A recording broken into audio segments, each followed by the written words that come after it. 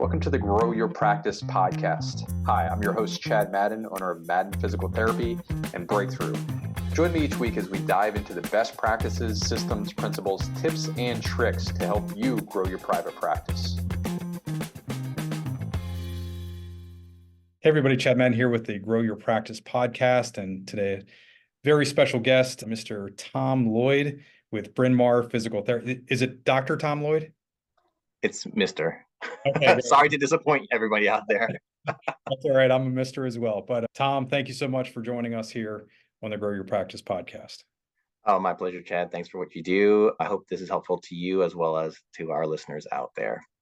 Very cool. So give us a little bit of a background. How did you get into the world of physical therapy and ultimately end up at Bryn Mawr? Oh my gosh, you guys don't want to hear all that. I was like many of you, I got exposed to it as a kid. I was never a great athlete, but I got exposed to it as volunteering in the hospital. Wanted to help people like many of us therapists do. I saw therapists as a volunteer at the hospital playing with kids, and it looked like they were just playing with kids. And that was a call to treatment. So I said, that looks pretty cool. Wavered back and forth between that and medicine, and then always got pulled back and loved it. I've been practicing since 2001, graduated from Temple, and never turned back. Never thought I'd be doing this for 23 years. That's great. Well, congratulations to you. You made it. Very good. And when did you join Bryn Mawr? Joined Bryn Mawr, oh man, in 2003. 21 years I've been there. Okay, great. And then now you're an owner of Bryn Mawr. Yeah. So I started there. I had jumped around to several places. I couldn't find a good place out of school, but finally landed at Bryn Mawr. Loved the patient population and what we're doing there.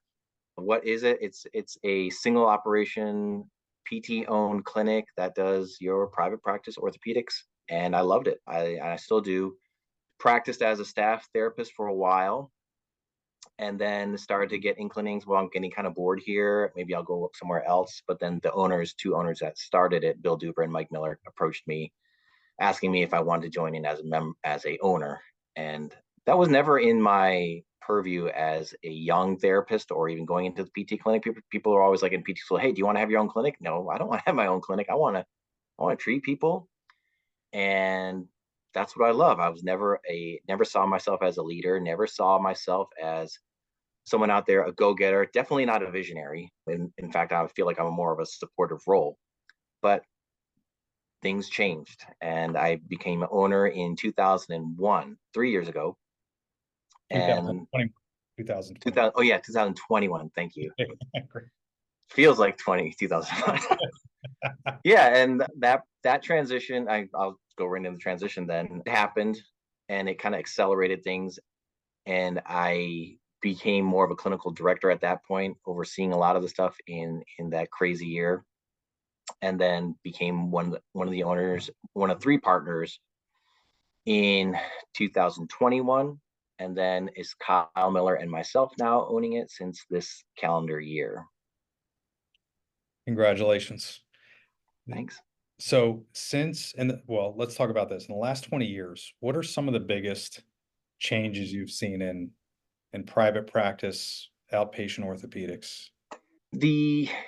As a new grad, as a 5-year grad, as a 10-year into the practice, I never really worried about how many patients I'm going to see. Is the clinic going to stay above ground? I never had to worry about it. I just had patients funneled in, and I would treat them and go forth, getting people better. What have I seen different is now that many of us have heard many times, reimbursement not increasing or actually on the decline, inflation on the increase, cost of living going up. So now it becomes, as I become a practice owner, I've seen the struggle to make ends meet and make sure it's profitable and make sure we can treat our patients well. And we pride ourselves as being a high quality organization. Like many of you therapists out there, many of the practice owners out there, we want to do a great job. And in order to do that, it gets harder because we have to squeeze in more visits in the same amount of time and space. And so we're doing everything we can to prevent that from happening. Because it used to be, when I started 3 years ago, there was 4 FTEs, 4 full-time employees, well, 3 full-time and 2 part-time. And that was enough to make ends meet, but that would not do to pay off the bills just to keep the rent above ground. Yeah. So within the first 3 years of being an owner, what's the thing that has surprised you the most about, you talked about being a clinician, just focusing on treating the patients. Now all of a sudden you're carrying this extra burden of having to, balance the income and expenses and make sure there's margin left over, some sort of margin of safety at the end of the day. What's been the steepest learning curve for you? Oh my gosh, there's a learning curve, and there's what has been a lot of my friends outside of the clinical physical therapy world ask me, hey, how's it being a small business owner? And is it stressful? It must be really stressful. And my response is, yeah, but I love it. I love it that I get to help impart leadership into my team and help them develop their own talents and gifts. And I really see it as so beneficial to the individual and the organization itself. And it's a privilege. It really is a privilege. I'm privileged to have a great team. Kyle and I get along great, and we lead together really well. And I think we complement each other with some yin and yang. Now I forgot what the question was. Becoming an owner, what's like the biggest cognition you've had or the biggest hurdle that you've had to overcome? Chad, I haven't overcome it yet. the biggest owner, or the biggest obstacle for me to overcome, is a self-limiting belief that I need to be hands in the clinic a lot, not 40 hours a week, not 50 hours a week, even more than that, because it depends on me being there. Because I've been there so long, so I don't get very many, like, quote unquote new patients. They're family members of patients that I've seen in the past, or recurrent family members, or neighbors of a family member. The other day in the clinic, I had 3 guys that kind of knew each other from the same referral source as friends. So it's hard for me and I'm still learning this, to pull myself out and say it doesn't depend on me, that I have a great team under me that will continue to do even better stuff than I can do. So it sounds like it's a blessing that you're also a clinician and a business owner, but it's a curse, because now you're pulled into the clinic when you could be doing other things, working on the business, right? Yeah, and I'm getting there. I've talked to a lot of people in similar situations that are at a same level or with a single operation clinic, as well as people that have multiple clinics. And the chorus telling me is, we need to spend more time in business development and organizational development versus patient care. You've had a lot of growth over the last, let's call it 5 years. Yeah. Even through the pandemic. Can you talk about that? What did the practice look like 5 years ago and what it looks like today and where you're headed? Yeah, I'm happy to share this with you guys, and I hope this helps you, because I know a lot of therapy owners are in a similar situation. We're a 1 operation clinic, 2 owners. I'll share this pretty out there. We were at about $1 million revenue for 8 years straight, and then the pandemic hit. Then it went down to a little lower than that. We lost about 15% that year, and then ever since then we've grown 3 consecutive years of 20% growth. It's been amazing, and I didn't expect that at all. And what do we attribute that to? I'm kind of leading into the next question, and I'll go there. So yeah, 20% growth, 3 consecutive years, and it has basically doubled the value of the business in 3 years. Nice. And that's, yeah. So you're looking at what you bought in for, the value of the practice then, and then what the value of the practice is today. Yeah, yes, absolutely has doubled. Awesome. And then what did you do? Before we continue with this episode, here's a word about our course, Profitability Under Pressure. What would adding $10,000 to your bottom line do for your practice? Let me show you how with our program, Profitability Under Pressure. Hi, I'm Chad Madden, and I'm assuming that you're a private practice owner wrestling with profits, revenue per visit, hiring, and in the end, you want to help more people. I'm here with some exciting news for clinic owners just like you. You don't want to miss this. This course is a game changer. It's helped clinic owners add big numbers to their earnings. People like Joe and Kathy Scarpito, who doubled their clinic's value in under a year. Tony and Melissa Sear, they grew their practice from less than $1 million in revenue to over $3 million each year. Now, you might be thinking, is this all about money? No, it's much more. It's about taking care of your team, your patients, and your family. It's about making your clinic the best it can be. Let's face it, money in private practice isn't growing like it should. But don't worry, that's where our course comes in.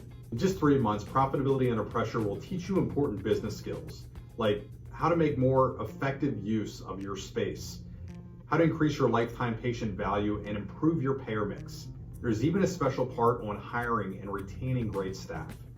Joining means that you're not alone. You'll be part of a group of clinic owners, all working to get better. We'll be right there to help you. Are you wondering if this is right for you? Let's find out together. Apply to Profitability Under Pressure. It's easy. There is no pressure, and it's all about your clinic and your practice. You don't want to miss this. The application deadline for the Profitability Under Pressure course is June 7th. The program comes with a $10,000 guarantee. We guarantee that when you implement the strategies in the course, you'll increase your profit by $10,000 or more in 90 days, or your money back. Now's the time to make your clinic stronger, for you, your team, and your patients. Click below to apply. Thank you for listening this far. Now back to the episode. You guys, honestly, you guys have been extremely integral in a part of that. Like I said, it was kind of just hovering where it was for a long time. And the first thing that we did was instill some marketing stuff. We never had marketing before, besides intermittent doctor visit, and put in some marketing strategies to get people in with workshops and so forth. Workshops from Breakthrough has helped us out a lot as far as getting leads, getting them in the building, and then telling them about our expertise in the area. Great stuff. But I will say, what I think is the biggest thing that has helped us is that we started leading. We started pushing forward. We started managing. I used to think that stuff, if you think stuff kind of just happens organically, you ever think that? I used to think, yes, maybe stuff will just happen organically. No, it doesn't happen organically. So having conversations with people, starting to develop people, we developed core values. Wow, core values. When I first talked to my company, I was like, when I interviewed in it 20 years ago, I was like, hey, what are some of your core values? Just treat the patients, Tom. Like, oh, okay, that is a core value. So we established some core values, and biggest thing on our top was a team approach and have it feel like family. And we've the biggest thing we've pushed is having a team approach. We have a great attitude. I think we've kept it fresh, and people coming in feel a great atmosphere of positivity and team orientation, and they feel that, and we've seen that in our Google reviews, and we see that within the clinic itself. It's great. So I know you're into traction, right? Gino Wickman, EOS traction a bit. Also, and you talked about core values. Is there anything else in reading that book and studying that business system that you've implemented that has helped you grow? Oh my gosh, I'm a big fan of traction. We've implemented core values. We've implemented vision. We are in process of integrating core processes. I highly recommend it to you guys out there. Traction, EOS worldwide.com, I think that's their website. If you look up EOS, it comes out, Entrepreneurial or Operational System. And it hasn't been easy. It hasn't been easy to implement these things. And I think now I'm going back, the biggest thing that hinders our organization from growing, not just me pulling out of clinical care, but leadership ability. And that's something I feel like I'm trying to develop and trying to get people to buy into. I want to implement traction 3 years ago when I first got it, but I only started a year and a half ago. And what took so long is getting buy-in from people, and especially buy-in from my leadership. And it's hard to do because, we've always done it this way and it's worked. Why change it? You mentioned 3 or 4 years ago, you had, I think, 5 team members, 4 team members, 5 team members, something like that. Yeah. How many team members do you have today? We have 22 people on staff. Now, Just on part. therapists, yeah, a lot of those are part-time. Most of those are part-time. Ts, we have 8.5 FTEs. When you talked about working on your leadership abilities, what does that look like for you? I try to read different leadership books. I've done YouTube things on leadership and listening to a bunch of people talking about it. My big take is on leadership is, and I never saw myself as a visionary, never saw myself as a head honcho of anything. I'm just like the Joe Schmo. I like to treat patients. I like to go home. I like to play some piano. That's it. That's pretty simple life. So when we think of leadership, what I think of really what I've learned is like leadership isn't a special talent or a special charisma or a special person or personality. It's a love and dedication for whatever craft it is. And I love, and you can echo in on or chime in on this too. We love what we do, and we want to see more people get better through our therapy progress, through our therapy clinics. We want to see our staff get better by improving their skills as in manual therapy, in dry needling, in patient interactions. And it doesn't happen organically. So something has to happen. So someone needs to instigate those things. And it just takes a leader to do it. It takes someone willing to step into that stuff. And I've made myself willing to step into it, start to train myself in some of this stuff and learn. And it's a learning process. And I love it because it feels like it's a second career. I was a therapist first, and now I can do a little bit more into this business development and education and investment in my business, but my people more than anything. Yeah. As a leader, and this is great, as a leader, what's the thing that you're most proud of accomplishing in the last few years? Number one thing I'm most proud of is my staff. We have, like I mentioned, we have 22 people on staff right now. There's great camaraderie. We feel that it's a family. It's our work family. And it actually is family. Mike Miller, one of the founders of the organization, his son Kyle Miller is my partner now. And Mike still comes in twice a week to see some patients. So there's family within the family. There is a mother-daughter in our back office that work together in our family. We celebrate regularly each other's events. 4 people are engaged this year. We already had one wedding, and I was so happy because at this wedding, a vast majority of our staff was there. And weddings these days are extremely expensive, and I totally understand people like not inviting me to their wedding. I'm okay with it, but they went out of their way because it was really important to them to have a lot of their work family there, and that to me is so meaningful.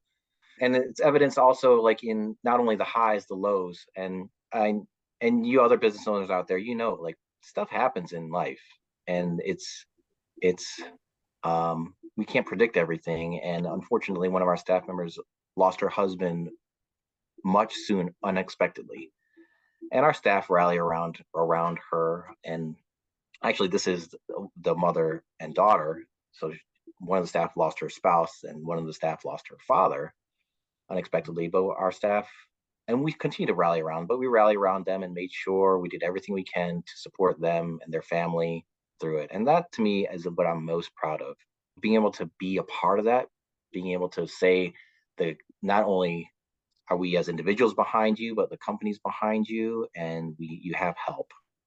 And we changed our organization. We changed some scheduling in order to make those accommodations. But yeah, I'm most proud of our staff. It's an awesome answer, Tom. I was going to ask you for anything specific, but yeah, that's really cool and great what you've been able to build. Yeah, I hope other people can do this, because it's like, it's not, I can't say did anything special except started to equip myself and started to step into it. And you can do that if you start to equip yourself with some learning. And I didn't know anything. Yeah, you're doing great. You've doubled your practice. You became an owner, working with Kyle, working with Mike, doubled the practice, helping a lot more people, other things on the horizon for sure. So very cool stuff. Any parting words of wisdom? You already mentioned Traction. Are there any other books that you found highly influential in your leadership development and private practice journey? That honestly, I've read and reread that book. That to me is much more valuable than any of the other books I've read. I've gone through a lot of them, Scaling Up, Simple Numbers, Big Profits. Oh, who the for HR and hiring has been extremely helpful. Extremely helpful, I will say. But I don't think any of them compare to Traction, because I feel like Traction really is holistic and comprehensible to a novice reader, to a novice business mind, honestly. And if you implement all these strategies, they work really well. One of my patients, actually, so many patients, we have a great patient base. He's in business development. Actually, I've asked 2 patients in business development. One of them in real estate, one of them in just general businesses. I asked them about Traction and EOS. They said every organization that they found that uses it does great. So Yeah, that's my tip. Great one. It's what most of the industry needs. I always found Scaling Up to be very advanced and great if I was building $100 million empire. So, yeah, Traction got me there with the basics. So love that recommendation. Tom, thank you so much for taking time out of out of treatment, right, and your busy schedule to be here. Just as an aside, would you like to play a song before we sign off here? No way, Chad. Well, this is great. Thanks, Thank you man. for doing this, Tom. Thank you. Good luck, everyone out there. Hope this was helpful. What would adding $10,000 to your bottom line do for your practice? Let me show you how with our program, Profitability Under Pressure. Hi, I'm Chad Madden, and I'm assuming that you're a private practice owner wrestling with profits, revenue per visit, hiring, and in the end, you want to help more people. I'm here with some exciting news for clinic owners just like you. You don't want to miss this. This course is a game changer. It's helped clinic owners add big numbers to their earnings. People like Joe and Kathy Scarpito, who doubled their clinic's value in under a year. Tony and Melissa Sear, they grew their practice from less than $1 million in revenue to over $3 million each year. Now, you might be thinking, is this all about money? No, it's much more. It's about taking care of your team, your patients, and your family. It's about making your clinic the best it can be. Let's face it, money in private practice isn't growing like it should. But don't worry, that's where our course comes in. In just 3 months, Profitability Under Pressure will teach you important business skills, like how to make more effective use of your space, how to increase your lifetime patient value and improve your payer mix. There's even a special part on hiring and retaining great staff. Joining means that you're not alone. You'll be part of a group of clinic owners, all working to get better. We'll be right there to help you. Are you wondering if this is right for you? Let's find out together. Apply to Profitability Under Pressure. It's easy. There's no pressure, and it's all about your clinic and your practice. You don't want to miss this. The application deadline for the Profitability Under Pressure course is June 7th. The program comes with a $10,000 guarantee. We guarantee that when you implement the strategies in the course, you'll increase your profit by $10,000 or more in 90 days, or your money back. Now's the time to make your clinic stronger for you, your team, and your patients.